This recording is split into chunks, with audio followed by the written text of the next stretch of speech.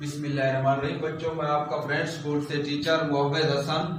अब आज हमारा चैप्टर लेक्चर नंबर 6 है, unit number 1 physical quantities and measurements, तभी मिकदारें और उनकी पैमाइश। आज हमने पढ़ना है branches of physics.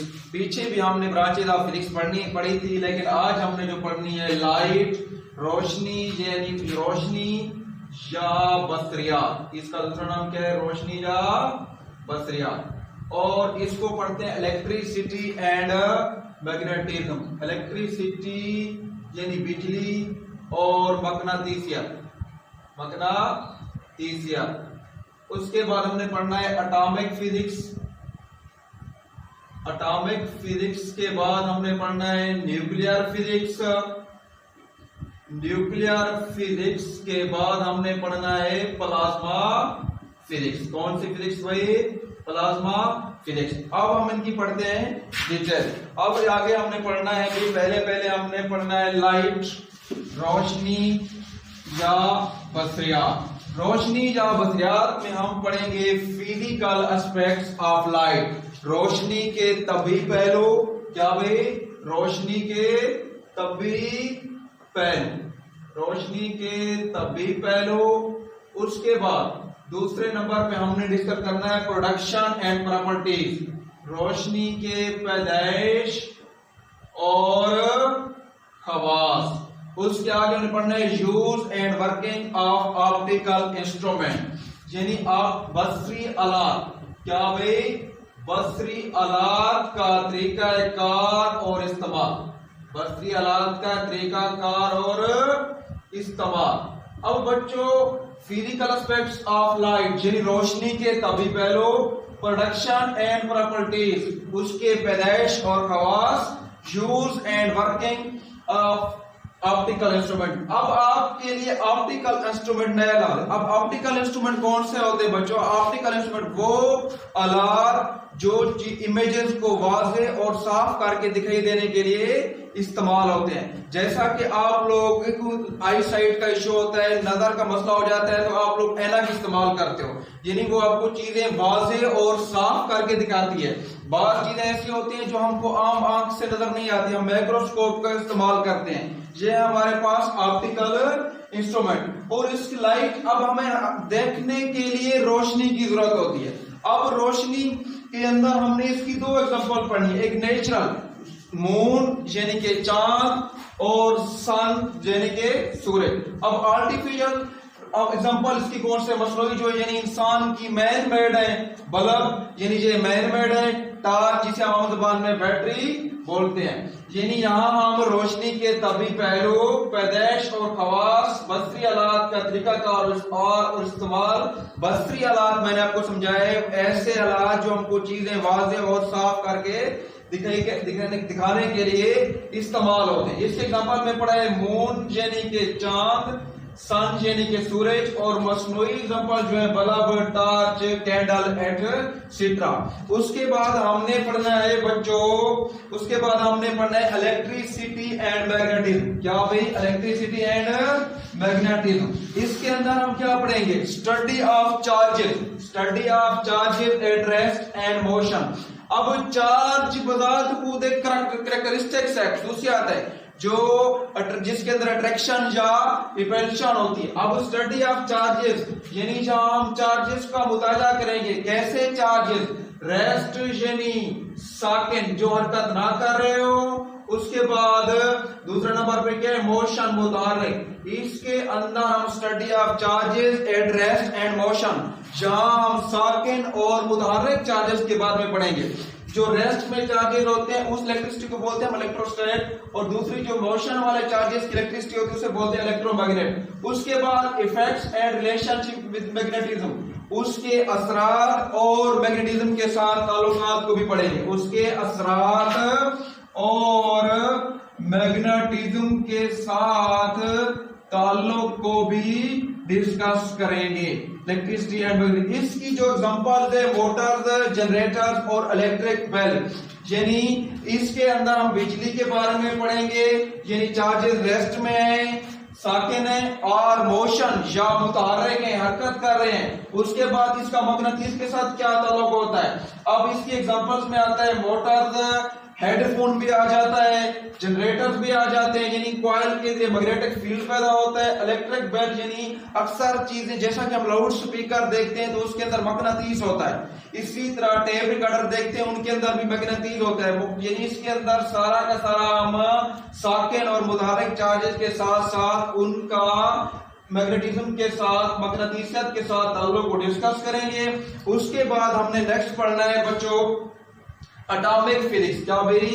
Atomic physics. Atomic physics जहां नीचे एटम का स्ट्रक्चर बनाया गया है, दिखाया गया है, यानी स्ट्रक्चर बोलते हैं किसी चीज की साख्त को या बनावट को, जहां हम साख्त को डिस्कस करेंगे और प्रॉपर्टीज यानी उसकी खसूसियात। किसकी खसूसियात? हमारा नाम से है एटॉमिक फिजिक्स, यानी एटॉमिक फिजिक्स के अंदर हम एटम की साख्त और उसके प्रॉपर्टीज, उसकी खसूसियात का मुताला करेंगे। उसके बाद बच्चों हमने नेक्स्ट पढ़ना है न्यूक्लियर फिजिक्स। क्या भाई? Nuclear physics. न्यूक्लियर फिजिक्स क्या है? Study of structure and properties of nuclei, यानी स्ट्रक्चर बोलते हैं साख्त को, प्रॉपर्टीज बोलते हैं खसूसियात को, न्यूक्लियाई यानी जिसे हम जुबान में न्यूक्लियस भी कहते हैं। अब हम इसके अंदर क्या भाई न्यूक्लियाई के स्ट्रक्चर और प्रॉपर्टीज, उसके खवास को डिस्कस करेंगे। न्यूक्लियाई मुख्तलिफ तरह के होते हैं तो इसलिए उनके स्ट्रक्चर क्या। उसके बाद पार्टिकल विद इन न्यूक्लियाई। अब पार्टिकल्स न्यूक्लियाई के अंदर कौन से होते हैं? इलेक्ट्रॉन, प्रोटॉन और न्यूट्रॉन, यानी इसके अंदर हम प्रोटॉन और न्यूट्रॉन के बारे में डिस्कस करेंगे। इसकी एप्लीकेशन अब न्यूक्लियर फिजिक्स जब जहन में आता है, क्योंकि अब हमारे जो बम का जहन में ख्याल आता है, एटॉमिक पावर जो है हमारा मुल्क या दूसरे मालिक, यानी हमारे जहन में वेपन्स आ जाते हैं, एटॉमिक मिसाइल आ जाते हैं। न्यूक्लियर फिजिक्स सिर्फ न्यूक्लियर वेपन्स के अंदर भी इस्तेमाल नहीं होती बच्चों। न्यूक्लियर फिजिक्स की चीज के अंदर, न्यूक्लियर फिजिक्स मेडिकल ट्रीटमेंट के लिए भी इस्तेमाल होती है। किस चीज के लिए भाई? मेडिकल के लिए इस्तेमाल होती है। हम जो अपना कैंसर के पेशेंट्स का इलाज करते हैं या डिफरेंट मेडिसिन, इसका मेडिकल के अंदर भी अहम किरदार है न्यूक्लियर फिजिक्स का। ये सिर्फ और सिर्फ न्यूक्लियर वेपन्स के लिए इस्तेमाल नहीं होती। उसके बाद बच्चों हमने पढ़ना है प्लाज्मा। उसके बाद हमने पढ़ना है प्लाज्मा फिजिक्स। अब प्लाज्मा फिजिक्स ये कौन सी हालत है? आयनिक स्टेट ऑफ मैटर। अब अक्सर हम पढ़ते हैं मैटर्स की तीन स्टेट्स हैं, सॉलिड, ठोस यानी कि लिक्विड, मय। उसके बाद हम पढ़ते हैं गैस। अब की चौथी जो हालत है वो है प्लाज्मा। मादे की चौथी हालत कौन सी है बच्चों? प्लाज्मा। इसके अंदर हम आयनिक स्टेट ऑफ मैटर पढ़ते हैं। कौन सी हालत को पढ़ते हैं? मादे की आयनिक हालत को। मादे की आयनिक हालत को हम डिस्कस करते हैं। उसके बाद ये चौथी हालत है, मादे की कौन सी हालत है? चौथी हालत। आपको पता होना चाहिए बच्चों ये यूनिवर्स यानी कायनात के अंदर बहुत ज्यादा मिकदार में पाया जाता है। अब आयनिक स्टेट ऑफ मैटर मिसाल के तौर पर, अब ये हमारे पास आयनिक स्टेट आती कैसे? फर्ज करते हैं हमारे पास ये आइस यानी बर्फ। अब बर्फ को हम अब क्या करेंगे? एनर्जी देंगे, यानी कि हीट देंगे। क्या देंगे? हीट। अब बर्फ को जब हम हीट एनर्जी देंगे तो हमारे पास आ जाएगा वाटर। क्या आ जाएगा? वाटर। अब वाटर को जब हम मजीद हीट एनर्जी देंगे तो हमारे पास आ जाएगी गैसियस फॉर्म यानी गैस। अब ये हमारे पास मादे की तीन हालतें, यानी ये हमारे पास आइस सॉलिड फॉर्म में है, वाटर लिक्विड फॉर्म में है, गैस गैसियस फॉर्म में है। अब हमारे पास मजीद जब हम हाई एनर्जी देंगे, क्या भाई? हाई एनर्जी देंगे तो क्या होगा? हमारे पास आयोनाइज्ड फॉर्म आ जाएगी। गैस की कौन सी फॉर्म आ जाएगी? आयोनाइज्ड फॉर्म आ जाएगी। गैस के आयोनाइज्ड फॉर्म में जो इलेक्ट्रॉन्स होते हैं वो न्यूक्लियस से खारिज हो जाते हैं। प्लाज्मा मादे की चौथी अपना आयनिक हालत है। उसके बाद ये चौथी हालत है, यानी सॉलिड, लिक्विड और गैस पहली तीन, अब ये फोर्थ स्टेट ऑफ मैटर चौथी हालत। उसके बाद ये हमने कहा हाई एनर्जी के अंदर पाया जाता है। अब सन के अंदर कुदरती तौर पर बहुत ज्यादा फिशन और फ्यूजन रिएक्शन होते हैं, जिनके अंदर बहुत ज्यादा मिकदार में हरारत होती है, 10 की पावर 7 के हिसाब से बताई जाती है। अब सन के अंदर जो होती है प्लाज्मा, फ्लोरेसेंट बल्ब के अंदर होती है, और लाइटनिंग जिसे हम बिजली की चमक कहते हैं, जिसे हम बिजली की चमक यहां भी। उसके बाद बच्चों हमने आगे पढ़ना है फिजिकल क्वांटिटीज। क्या पढ़ना है अभी? Physical quantities. अब ऑल मेजरेबल क्वांटिटीज, क्या भाई? तमाम काबिल पैमाइश मिकदार। इसका मतलब है कुछ चीजें ऐसी हैं जिनको हम पैमाइश भी नहीं कर सकते। मिसाल के तौर पर खुशी, कभी हमने सुना है कि हम 50 खुश हैं, यानी खुशी हमारे पर फीलिंग्स है, सैड यानी दुख गम, इसकी ये फीलिंग, इनकी कोई पैमाइश नहीं होती। अब ऑल मेजरेबल क्वांटिटीज यानी तभी मिकदारें, ऑल मेजरेबल का मतलब तमाम काबिल पैमाइश मिकदार। कौन सी भाई? मेजरेबल का मतलब होता है तमाम काबिल पैमाइश मिकदारें। तमाम काबिल पैमाइश मिकदारें क्या कहलाती हैं बच्चों? ये कहलाती हैं फिजिकल क्वांटिटी। इसकी एग्जांपल में लिखा हुआ है लेंथ यानी के लंबाई, लेंथ यानी के लंबाई। ये फिगर दिखेगी है, इसको मैं ए एंड कह रहा हूं, इसको बी, यानी ए से बी तक लेंथ क्या है। उसके बाद हमने इसकी क्या करनी है? अब तमाम काबिल पैमाइश मिकदारें। अब इसकी एग्जांपल एक ये थी लेंथ। नेक्स्ट एग्जांपल्स की तरफ आते हैं। नेक्स्ट एग्जांपल मास, यानी ये हमारे पास क्या है बे? मैस। ये नीचे इंस्ट्रूमेंट लिखा हुआ है पैमाइश का, अब ये ऊपर मैस दिखाई गए फिगर के अंदर। ये फिजिकल क्वांटिटी है मैस, और ये उसका यूनिट है किलोग्राम। उसके बाद नेक्स्ट की तरफ हम आते हैं। नेक्स्ट हमारे पास क्या है भाई? टाइम। अब टाइम भी क्या है हमारे पास? फिजिकल क्वांटिटी है। ये भी ये अपना स्टॉप वॉच 2 दिखाई गई फिगर के अंदर। ये टाइम हो रहा है 9 बजकर 3 मिनट और 19 सेकंड। उसके बाद हमने पढ़ना है फिजिकल क्वांटिटीज क्या है। अब ऊपर लिखा हुआ है ओनली 5। अब इस सिर्फ 5 को देखकर, अब मिसाल के तौर पर आप किसी दुकान पर गए, किसी शॉप पर गए, तो आपने दुकानदार को कह दिया 5। अब जब दुकानदार को आप जाकर 5 बोलेंगे तो उसके जहन में मुख्तलिफ क्वेश्चंस आएंगे। अब ये खाली 5 क्या करेगा?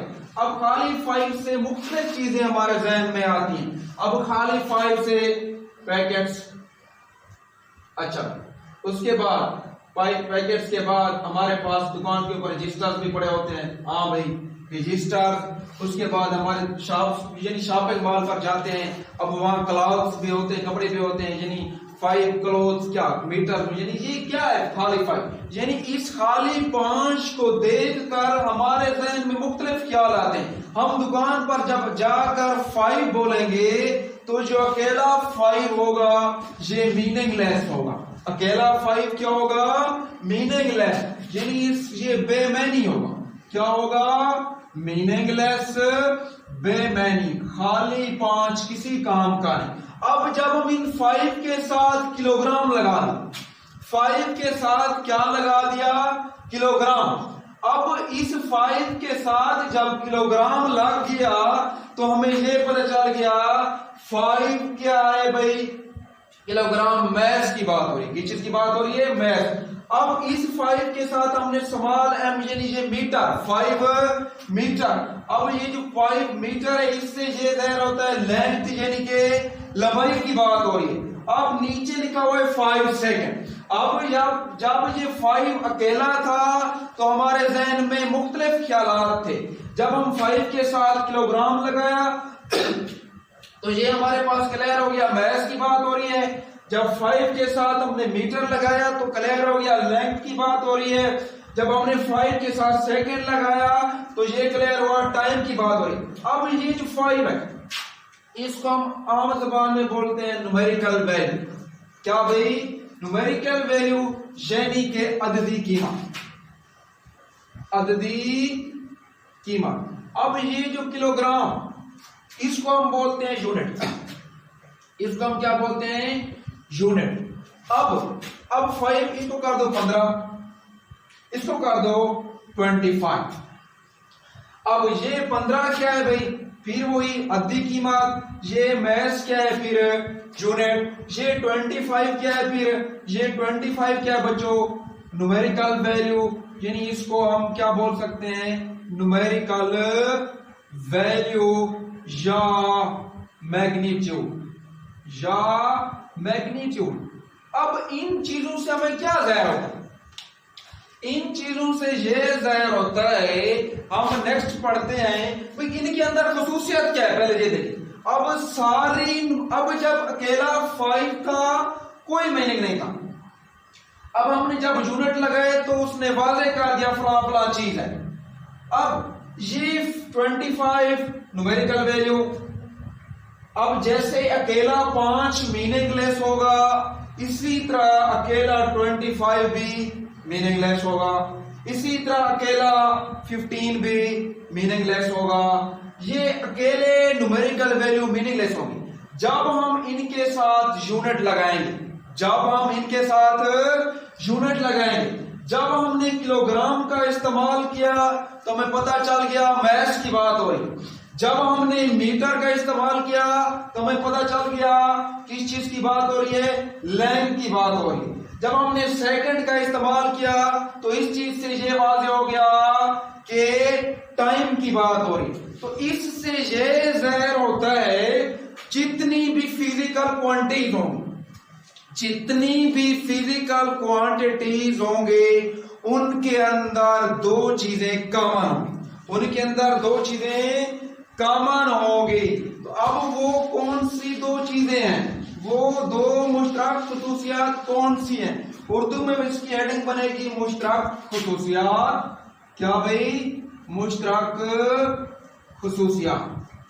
उसके बाद न्यूमेरिकल मैग्नीट्यूड यानी कि अददी कीमत। क्या भाई, अददी कीमत। उसके बाद यूनिट। अब हमने पीछे देखा था अकेला जो 5 था वो हमारे पास न्यूमेरिकल मैग्नीट्यूड था, जब हमने 5 के साथ किलोग्राम लगाया तो मैस बन गया।